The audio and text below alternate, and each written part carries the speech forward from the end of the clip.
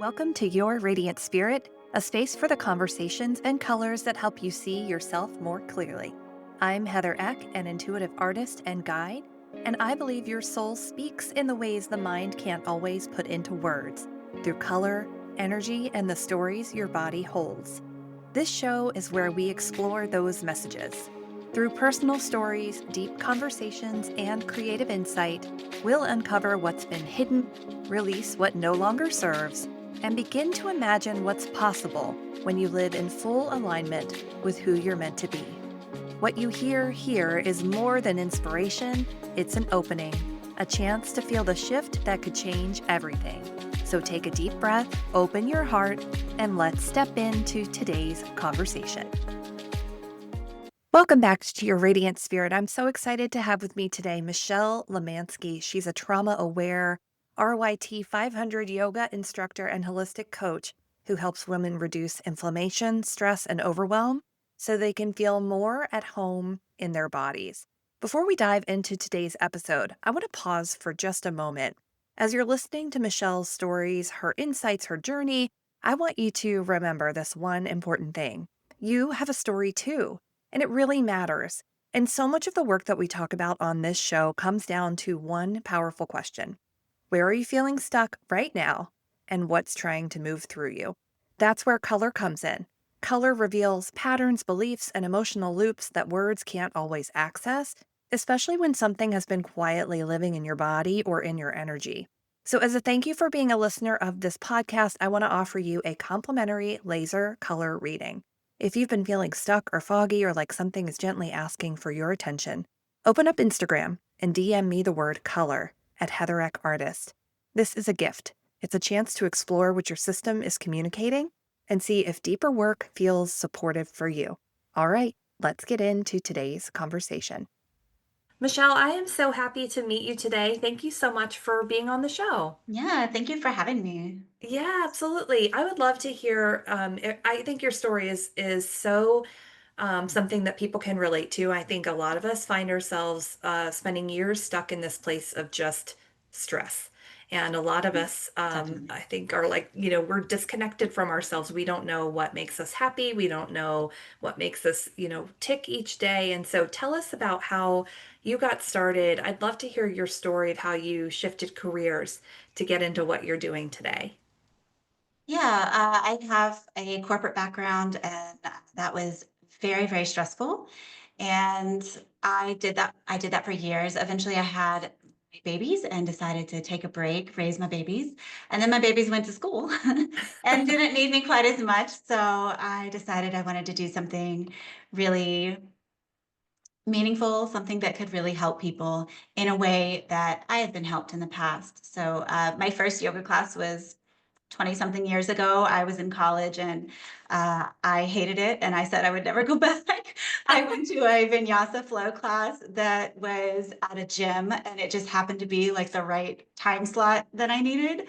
So I went in there and did not know what I was getting into. Everybody was obviously very experienced, and it was a very crowded class, which of course I was late to. So I was like that girl. Uh, You had to get your spot in the front. I did. I right in the front. They were like, "Oh, we'll make room for you," right in front of their teacher. I was so embarrassed. They were doing chaturangas. I was like, "I don't. How are you What guys is breathing that? through this? I am struggling." So I did not go back for a year. I was like, "Never again. I will never." Um, but of course, there's so many different types of yoga, and about a year or so later, we were early 20s, nobody had any money. So a friend of mine said, "Hey, if you come to this class, I get a free class and you can go for free too. Will you please, please, please?" I was like, "Oh, okay, fine." So I went, and it was actually a really calm, gentle, beautiful yoga class that was able to uh, just really bring me to a place that I didn't know I needed to be. And Mm, that was kind of the moment I fell in love with yoga and knew that in some way, shape, or form, I would always be there. And even in times in my life where I've kind of pulled away from it, for like when my babies were young, I've always, had this magnetic pull back to it. mm. I love that. I think that's one of the things about yoga that's so Um, there's something loving about it that you can just come back to it at any point and find your space Yeah. on the mat again. So you had worked in corporate. You said you spent a lot of years just feeling like you were in a cycle of chronic stress and you were disconnected from yourself. Tell us how you sort of came to that realization of I've got to get out of here, and then what steps you took to sort of pivot into shifting careers. I think yoga was instrumental in helping me come to that realization. I don't know that I even knew that I was in a state of chronic stress. It was Hmm. just my normal. And then I would come to these yoga classes and they would calm me down and allow me to breathe and be present with my body and my feelings. And it was really beautiful. So it allowed me to start to look at things in a way, it allowed me to start to question, is this how I want to continue? I think that was instrumental in deciding that I wanted to stay home with my babies. And I know, everybody does their own thing. And certainly you have to do what's best for your family. But for me, I did not think I didn't trust myself to have a work life balance Mm. because I knew before kids how I would just I was all in. I was very competitive. I was in sales. So it was a very competitive environment, and kind of the more you worked, the better you did, the more you made, the higher you were in the ranks. And I was always trying to just go, go, go, achieve, achieve, achieve. Hmm. And it just came to be too much. It started Mm. to I started having panic attacks and things like that, where I was just like, this doesn't feel like a place that I need to stay. Yeah, so there were a lot of things that came into play where I decided to leave that and take care of my babies and take care of myself, and then Hmm. eventually come back to a calmer career. Wow. I think a lot of us can relate to that. That's sort of my story too. I felt like the corporate world is so, it sits in a space of striving energy. There's always this Yeah, push. You're always seeking. I remember I got my first promotion, I think when I was like 23. And my first thought wasn't, oh, this is great. I should celebrate. My next thought was, how do I get this again? It was just right. like a constant, Yeah. like, I got to just keep pushing, pushing, pushing. And I think yoga reminds us to come back to a space of allowing, right? Like you just allow your Yes. body to do what it can do, Yes. but there's no push in yoga really. Right. So how did you decide to get your yoga teacher train? How did you move into the yoga teacher training? And you've got a very high number, the 500 hours. That's really advanced in the teacher space, right? Ish, yeah. Ish. Um, yeah, I think part of that was that when I got my 200, I was still maybe a little insecure, so I wanted to continue thinking that the 500 would give me a little more confidence, and it did. It certainly Yeah. did. I actually did not get certified until 4-ish years ago. It was during COVID. Okay. Um, and I had some insecurities, which is why I didn't get certified earlier, if we're being honest. I thought you had to be like rail skinny and vegan to be a yoga instructor. And so for years, I was just kind of battling that and did not allow myself to do what I knew I wanted to do. And then Mm. I think I was about to turn 40 and I was like, what am I doing? Like, I'm not getting any skinnier. Like, I'm about to be 40. Like, it's never, never, Oh my gosh, I think that's so important too, right? Like I think a lot of people will sort of I stay away or avoid yoga a little bit because they think that you have to be a vegan, you have to be super skinny, you've got to be able to put your foot behind your head in order to be there. Right. But that's not true, right? No, not at all. Yeah, tell us what you need to do yoga. You need to be able to breathe. That's it. Mm. That's it. I love to focus on gentle yoga, where I would say my favorite thing is to introduce people to yoga. So people who have never done yoga or have those preconceived notions of being able to put your foot behind your head. Hmm. I love to show people the beauty of a gentle yoga class and how that can be nurturing and calming and bring you of what I feel like just so many women are in this state of stress, this state of I have to do this, I have to do this, I have to go. The to-do list, the constant ruminating and overthinking, and just the ability to have that hour or so to take a break from that and to Mhm. hopefully maybe a little bit break that cycle to where maybe you can go the whole evening without thinking about those things again, or at least without stressing over those that to-do list for the evening. And the hope is the more that you come to the yoga classes or the more that you practice yoga, the more it becomes a habit that you're not constantly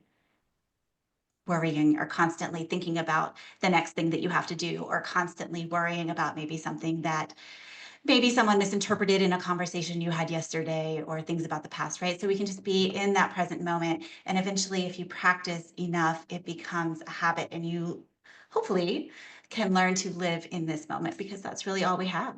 Mhm. Yeah.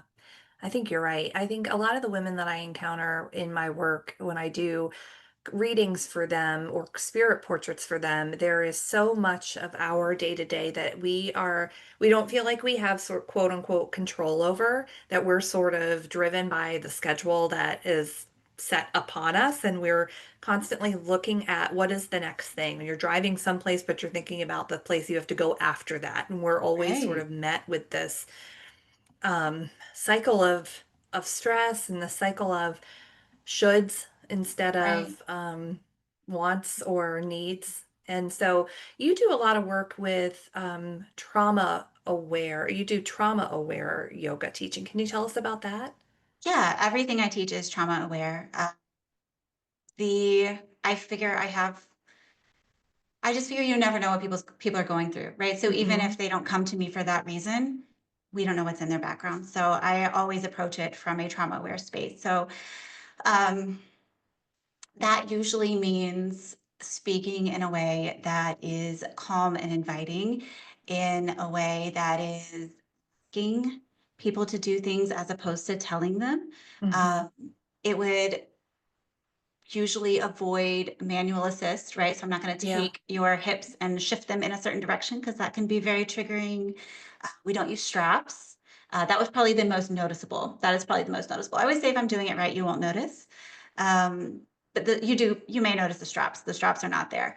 Um, and I think too, okay, so another thing is some of the positions in yoga can be very open, right? So we'll Uh-huh. do, for example, a reclined butterfly pose where you're laying on your back and the feet are touching, your legs are falling open, right? That can feel like a very vulnerable position.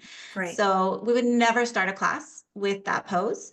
I would always, if I wanted to maybe work up to that pose, I would start with a seated half butterfly, and then we would switch and do the other leg. And then maybe we would do a full butterfly and we would fold over because that feels more protected. That's a way that you can kind of explore that space and feel like you're also still protecting yourself because we're leaning forward. Hmm. And then if I wanted to, eventually, maybe towards the end of class, when people are more relaxed and hopefully more trusting, try a reclined butterfly. I would still always give other options, like maybe just putting the knees up and the feet flat on the ground. Um, so that if that's not a position they're comfortable with, just making them know that not only do they not have to do it, but also giving them another option. So, and I just present it as you can do option A or option B. Take your choice, as opposed Hmm. to we're all going to do this, but if you don't want to, you can do something else, right? I feel like Right. those subtle differences are Yeah, that's so powerful. I think that that is such a nice thing to be aware of for people, and it gives them space to just be themselves and not have to worry about anything because you're creating an environment where they can feel safe in their bodies, they can feel safe in their practice. And that's just such a lovely way to approach that. You talked a little bit about helping women reduce inflammation and stress and overwhelm. Can you talk about some of the benefits of yoga and how that helps overall? I feel like this idea of inflammation is really pervasive in our day to day now. And yeah. it's something that I think a lot of us have, but we may not even be aware of it. So I'd love to hear more Yeah. about that. I agree. I can talk about the benefits of yoga all day, but I'll try to keep it concise. I think yoga improves a lot of things, self-acceptance, self-esteem, self-awareness, and it just creates self-awareness is that crucial first step, is allowing us to pause and to explore what is happening in our bodies, what is happening in our mind, what are we feeling at this moment. And I It sounds so simple. I would say yoga is such a simple, seemingly easy practice, but it's not, right? Like on Mhm. paper, it seems like it should be easy to just stop and think about how you're feeling. But in reality, taking that moment to really feel instead of do Mhm. is so important. And that allows us the awareness to start to lower our stress. And stress is a huge trigger for inflammation, right? We know that stress raises our cortisol. We know that cortisol has a direct correlation with inflammation. So if you're able to reduce the stress, you can reduce the cortisol and reduce the inflammation. I think Mhm. that is a huge trigger. I think stress ends up being almost like this cyclical thing where you're really stressed out. And from that stress, basically comes more stress. So you're stressed Yeah. out, you can't sleep at night. You stressed out, you can't sleep at night. You can't sleep at night. You make bad decisions. I make bad decisions when I can't, when I don't sleep well. Maybe not everyone, but I know I am more apt to reach for some food that isn't healthy if I have not slept very well. So um, I think going back to yoga though, just accepting what is and Mhm. understanding that I think too, we have a tendency to ignore our aches and pains, right? I'll Mm. deal with that later. I have too much to do right now. And taking the time to pause and accept that, maybe I do have some things that I need to address. Maybe I could make a couple of shifts that would be helpful. Yeah. I think that there's benefits to that. Yeah, absolutely. I think that's so true. I feel like a lot of us sometimes think that you have to do everything perfect, right? You've got to spend an hour of yoga, an hour on your mat each day. You have to eat your Yeah. perfect salads, fruits, and veggies every day. But I think when we put that sort of pressure on ourselves, it only adds to the stress that's already there. Yes, Um, yeah. I think you hit the nail on the head. I always say, like, do not let the solution become part of the problem.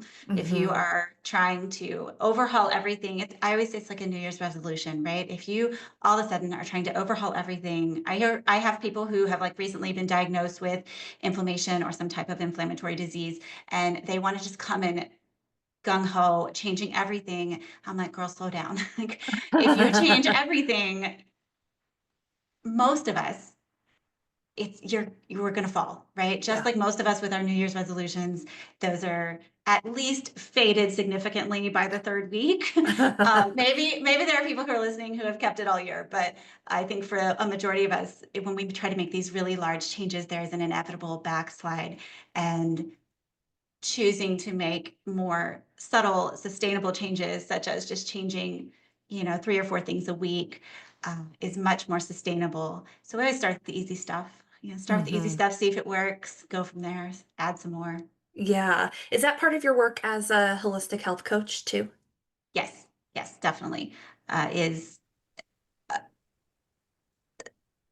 I think there's so much information online that it becomes very overwhelming very quickly. Yeah. A lot of the information online is like, cut everything out that brings any food that brings you joy, cut it out, right? And I think that's a lot, right? And that can be Yeah. depressing, that can be overwhelming. So it's like, wait a minute, we don't know that you need to cut all those foods out. So let's start with I always tell people start with sugar, if Mhm. alcohol intake, if that's something that's going on, let's pull that back a little bit.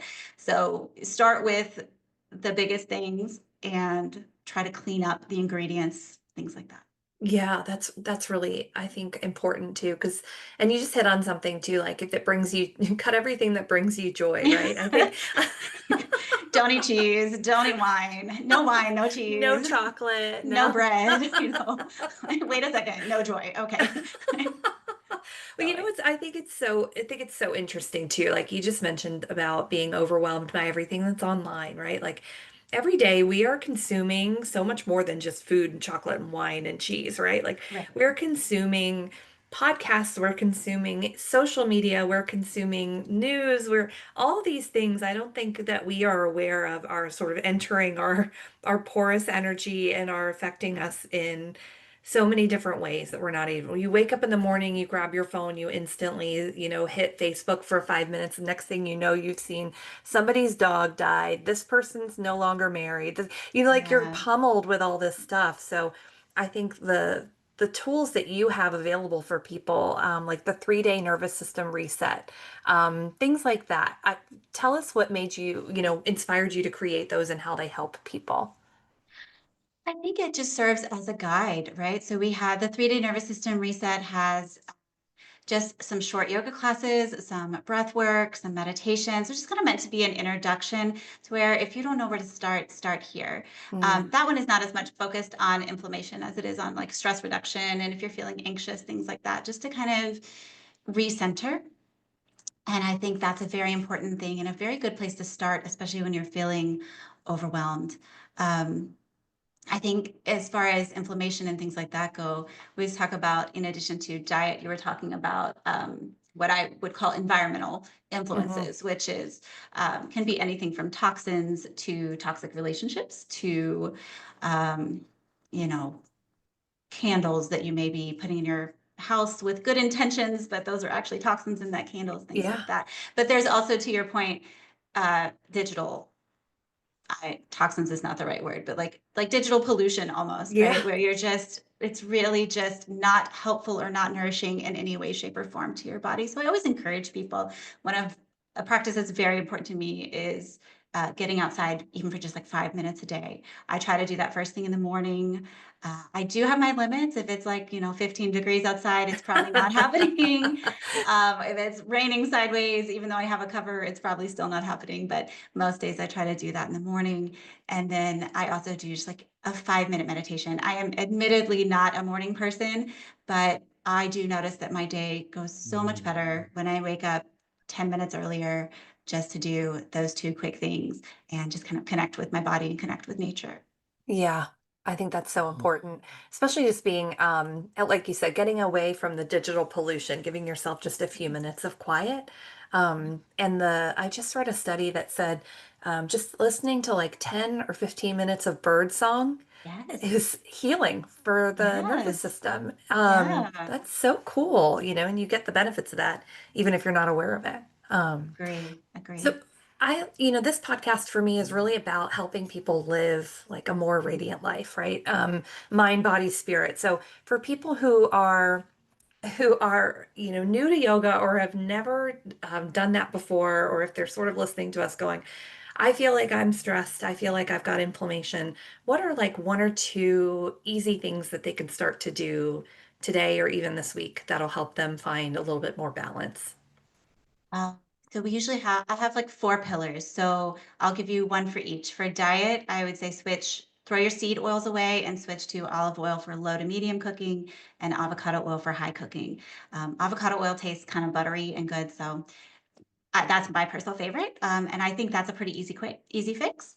Also, if you have a can of green Parmesan in your fridge, throw it away. That is terrible. Don't do get rid of that. Use real Parmesan from the cheese counter. See how that does. And then gentle movement would be our next pillar, and that's going to be whatever your favorite form of movement is. I will recommend yoga every time. I do recognize it may not be for everyone, so walking and you may just not want to do it every day, right? So take a walk, even if it's just 5 minutes, gentle stretching. You could also do things like Pilates or Tai Chi or dance or even I would say kind of like lazy swimming, right? Like if you want to grab a Mm, kickboard and take a couple laps, things like that. Um, Rest is the other one, is the third pillar. So that's going to be active rest and passive rest. And most of us are really good at passive rest. We have mastered that. We know how to sit on our couch and scroll. So there's a place for that. yeah. But active rest is going to be things like meditating or choosing to sit outside and listen to the birds or journaling or just taking a moment with your breath. So Mm, things that kind of have that intentional feel. Active rest could even be something like having coffee with a friend, right? If mm, that is something that feeds your soul. So it's just something very intentional. And then environmental, um, I would say start with laundry detergent, right? mm. If you've got a laundry detergent that smells really amazing, it is probably got some toxins in it that are not really good for you. So, switch to at least a scent-free one, if not an organic one. And so those would be 4 kind of somewhat easy places to start. Oh my gosh, that's good. I'm gonna need you to say more about the Parmesan cheese because that is like I call it my shaky cheese, but we do you I know. Oh I'm like, oh no, that's like my go-to. But we do every once in a while we'll buy a block of Parmesan from the cheese counter and then we've got this really great grater. But I'd never heard that before. Can you say more about that just real quick? Uh, yeah, so most pre-shredded cheeses have an anti-caking agent, which is actually cellulose, which comes from trees, and it's FDA approved, but it's not necessarily it's going to cause inflammation. So for a lot of people, maybe Okay. not for everybody, inflammation is very different from person to person as to what Hmm. it will, who will and won't be affected by what ingredient. But that is not really food. So Yeah. for most people, that is going to cause some issues if you're prone to inflammation. So also with in the dairy section, when you're getting like finely shredded cheese, I Uh-huh. would just say the get thicker cuts, right? In Hmm. general, thicker cuts on cheese are going to have less of that anti-caking agent. So something to think about there. That is good to know. Well, I will make that change right away because I don't want to have any more inflammation Okay. in my body that I already have I'm to deal sorry I with. ruined that for you. Taking away my shaky I'm so cheese. sorry. I'm just teasing. I'm just teasing. This is also good though, right? Because I think there are so many things where you can make these small changes that might actually add up to a big impact for people too. So that's really good. Michelle, I would love to hear. You said you've got a special offer for our listeners. I'd love to hear about that. And then where can people find you and work with you? Yeah, so for your listeners, I have the Calm Body Clear Mind Starter course, which you mentioned earlier. It's just like a 3-day reset. There's some short yoga classes in there. There is a meditation. There's a breathing practice, and there's also some trackers where you can like be track habits and body awareness, things like that. How are you feeling? Uh, that is normally $37. It's a great just entry course to kind of see if this is something that you want to go, or a course or a path that you want to go down. Um, so anyway, it's normally $37. It'll be $17 for your guest, and the code is podcast17, all caps. And also on my website, I have, if you're not ready to make that investment on my website, I have just kind of a free inflammation checklist. If you are having some symptoms and you're not sure if they're inflammation or not, you can download that checklist and just kind of take the test, take the quiz to see if it's Hmm. something that resonates with you or that you identify with. So the website is Balanced Yoga TN, because I'm in Tennessee, balancedyogatn.com. And Instagram is just at Balanced Yoga TN. Awesome. And I'll put all that information in the show notes. And thank you for that generous offer for our listeners. That again is podcast 17, and you can get that course for $17, which is awesome. Well, I am going to run to your website and take that inflammation quiz now and see what other things might be impacting me that I'm not even aware of. This has been such a great conversation, and I love that you gave yoga a second chance and then it led you to the path that you're on now. I think that's so Yeah, thank beautiful. you. So, yeah, thank you so much for being here. Thank you for having me. As we wrap up today's episode, I just want to check in really quickly. What stood out to you today? What stayed with you after listening? If something clicked, stirred, or made you realize there's more beneath the surface asking to be seen, that's not an accident. That's exactly the kind of clarity I support people with through laser color readings. And as a thank you for listening to this podcast, I offer these readings as a complimentary gift to my listeners. If you feel curious or sense a quiet yes, I invite you to continue the conversation with me. DM me the word color on Instagram over at Heather Eck Artist.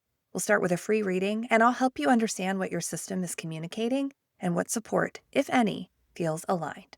Thank you for being here, and I'll see you in the next episode. Thank you for joining me today on Your Radiant Spirit. Every conversation here is an invitation to go beyond the surface, to listen to what your soul has been whispering, and to step into the life you've been longing for. If you're ready to go deeper, to work in a way that's personal, creative, and profoundly transformative, you'll find ways to connect with me in the show notes. Whether it's through art, a guided session, or a fully immersive journey, you'll discover a space where your truth is seen and your next chapter begins.